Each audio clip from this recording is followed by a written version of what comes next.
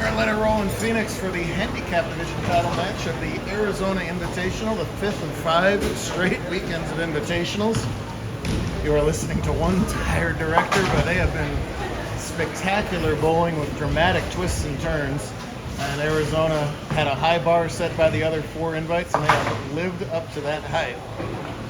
As right now, the last 2 survivors, and I mean survivors in handicap, are this man, Pablo Pena, taking on 8th seed Braden Sevilla. Braden coming off the 3rd place in the Mojave Invitational a couple weeks ago, while Pablo won the Desert Open to start the season and is looking to bookend that with a invitational win to wrap up the season. In fact, both Desert Open champs are still alive, as Elias Sargento will play the winner of Allo and Bivens for the stretch.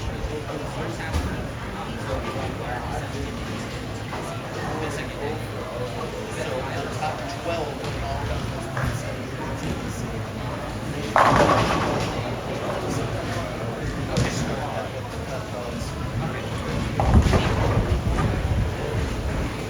Nick with an urgent rules question there. Braden loves invitational formats, apparently. He made a deep run like we talked about in Vegas. Has a chance to win his 3rd title of the season if he can pull this off. It's $1,000 for winning this game, 500 per second, so big money either way. He won in Riverside, I remember, because this lady screamed when he did. I forget where his other win was. Kingman, that's right. He owned Northern Arizona / extreme Southern Nevada this year. The handicap difference is a pin, and Braden's giving it, so he's got to beat Pablo by 2 pins to win it.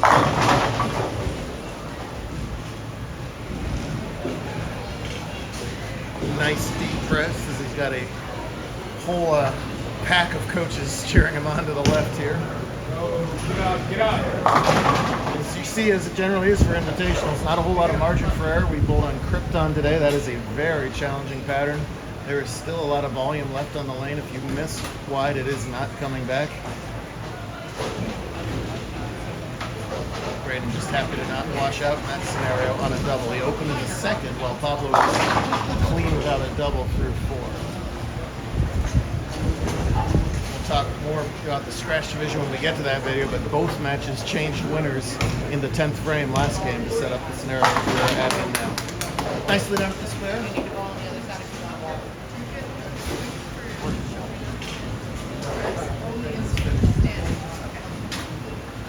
High game is not triple either. What you think? This is the time of year where the parents are very carefully counting the points. Yes, we are. Show my website on your phone so everybody knows that. Look at that. She's got the points all rocked in. This is it. As far as the points, that's why they're counting them so closely. The top 12 all-conference get a bye to the quarterfinals of the TPC. The top 20 Arizona bowlers after today go to the TPC. The top 100 all-conference points also back into the TPC. That's the other way in. Bowler of the year still on the line. All-star teams. Literally every single pin helps or hurts one bowler or the other this time of year. That's why they work so hard to get it. We tell them that all year long, of course, but then it starts to sink in around April and May, and they're going, oh crap, we better start making our spares.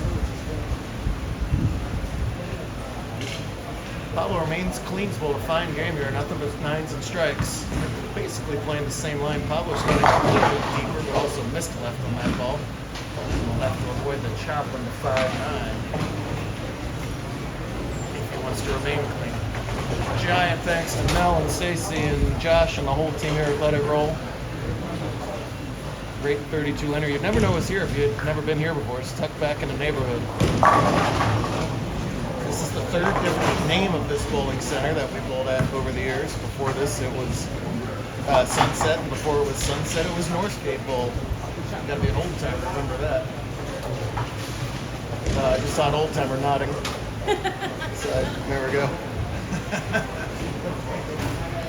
When it was Northgate, it had the JBT scoring record for quite a few years in the early days of the tour before that got broken.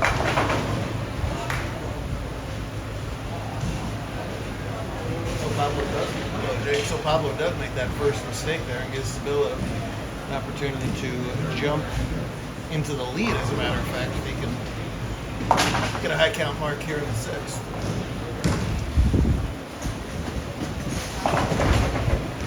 Big deep breath. Like 3 inches of shoulder elevation there. Beautiful shot. Right there in the sixth. That's a high count mark, all right. Can't do any better, give him a 3-pin lead all of a sudden.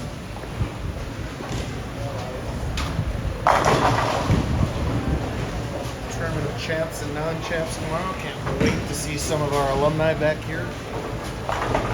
Their annual visit. They get a bonus visit next year as we run our 2000th tournament in October. That'll be open to anybody, whoever laced them up in the 29 years at that point.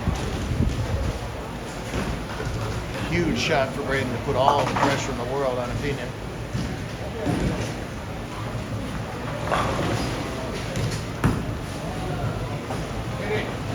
Boy, oh boy. Could not throw it any sweeter than that. Those last 2 frames. Flush, flush. And all the others back in the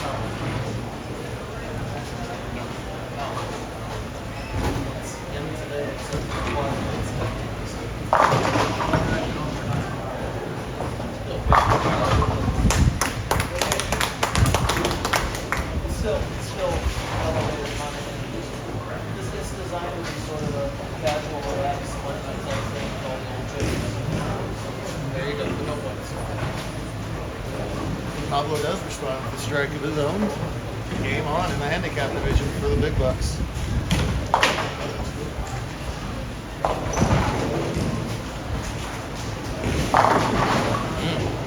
Oh, the bowling gods are brutal. The only thing he's done wrong was miss a 5-9 2 frames ago, so he gets back in that lane. What do you think he's going to leave? America 5-9, of course. So he's got to decide, did I execute poorly when I missed the spare, or do I have to make an adjustment? That's for him to decide. And the bowling gods to judge. Look out. Oh, fixed the chop that time. Good spare, 126 through 7 frames. Puts it down by 12 minus the one that he gets back. That's Braden's screen right here at WNRA. For Bowler, Common Vegas.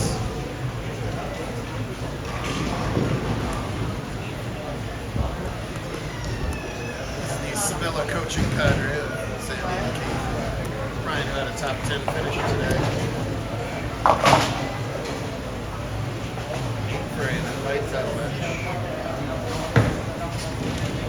Hit it.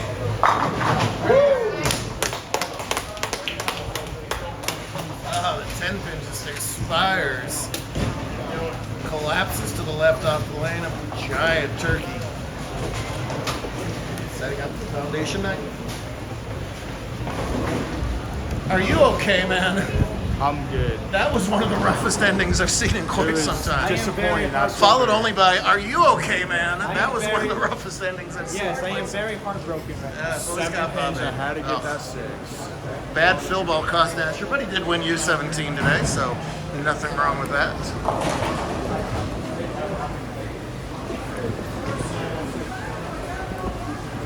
Yeah, Asher needed spare 7 to tie, spare 8 to win. Got spare 6 with the big 4. That was a rough one.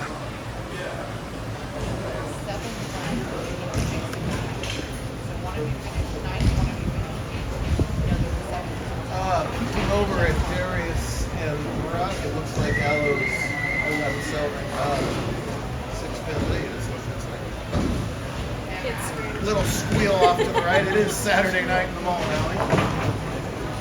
Take your time, but reverb. That was a mature move when he stopped because I would not have given him a reshot in that scenario. The only time we ever give a reshot is if an open play bowler would come over it and literally tackle one of the bowlers. Which, believe it or not, is not an unprecedented scenario. It's weird. It's fine if there's no noise. It's fine if there's a ton of noise. But as that in between that really gets on the bowler's ears. Let's see how he recovers. Oh, does he ever recover? He saws out the 7-10. Give him a 4-bagger. It is now, oh, so close. What a great mental recovery to stop when that open bowler squealed and come back and throw 2 more great shots. Really nice 4-bagger. This is not a cheap 4-bagger. That's flush and rack shredding. Another 5 to Pablo. Just couldn't get that ball to project through the middle. He's got that little bit of slower ball speed. It's not getting through the mids as much. That's fine. See you. Vegas is next. Less than a month.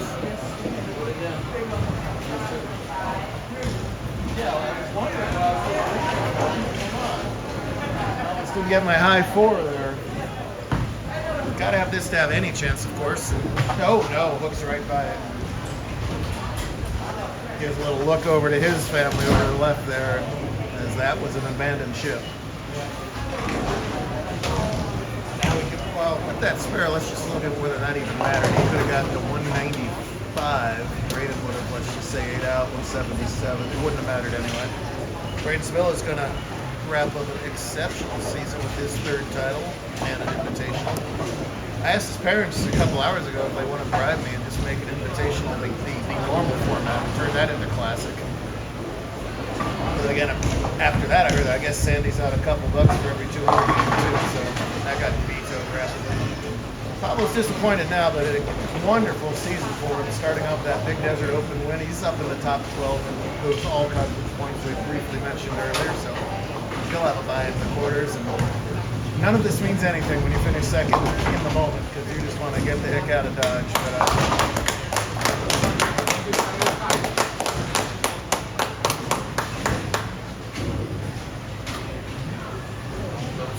teenage faces.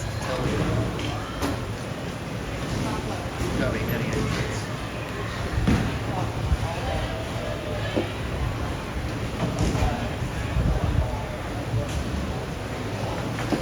Braden gets the rare pleasure of a victory lap in an invitational final. I have my right ear plug in, just in case he strikes again. He does. Oh, that was the first not flush string there. He's going to end up way in the 230s. I don't know how much money that cost Sandy, but some significant amount. So it's his southernmost win. As he was going, look out! See, now this is it. You think I'm telling a story about the being tackled. You think I just make this stuff up? Oh no! Sevillis almost won a tournament. We got decapitated. Whoop!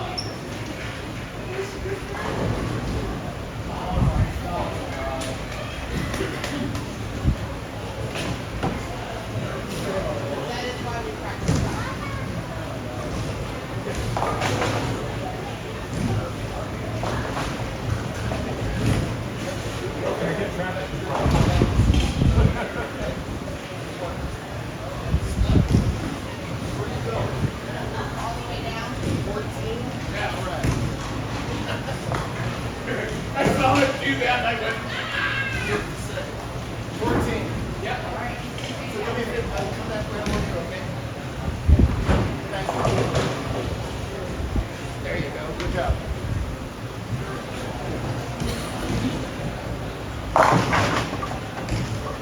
I'm a big fan of Queen, and they have a song called Dragon Attack. That's what you just witnessed right there.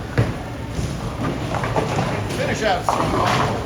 If he could have struck after all that nonsense, it would have truly made it. So Braden's your handicap winner. Let's take a quick peek over here to Stretch, where they had to deal with that little distraction too, and that certainly matters because in order to stay alive, Darius Allen needs pretty much any mark. Brock is finished at 187. 9 out is 185. Darius's brother Jairus won the Invitational just a couple weeks ago. Let's see if he can do it. Excellent shot. Now he's going to have to spare that 10. That was a problem for Dylan. Let's see if Darius can do it. finally knock out Brock. These two have played each other. This is their third time playing each other. Did they split before? No, Darius has 2. Darius won them both. Yep. He's going for the triple knockout. Brock, who snuck in as the 16 seed. Jairus already won his invite. He didn't even bowl today. He's like, over here, baby. no worries. I'm gonna watch. Look out! No, he's gonna miss it. Oh my goodness gracious. Oh. I start thinking about it. Oh no.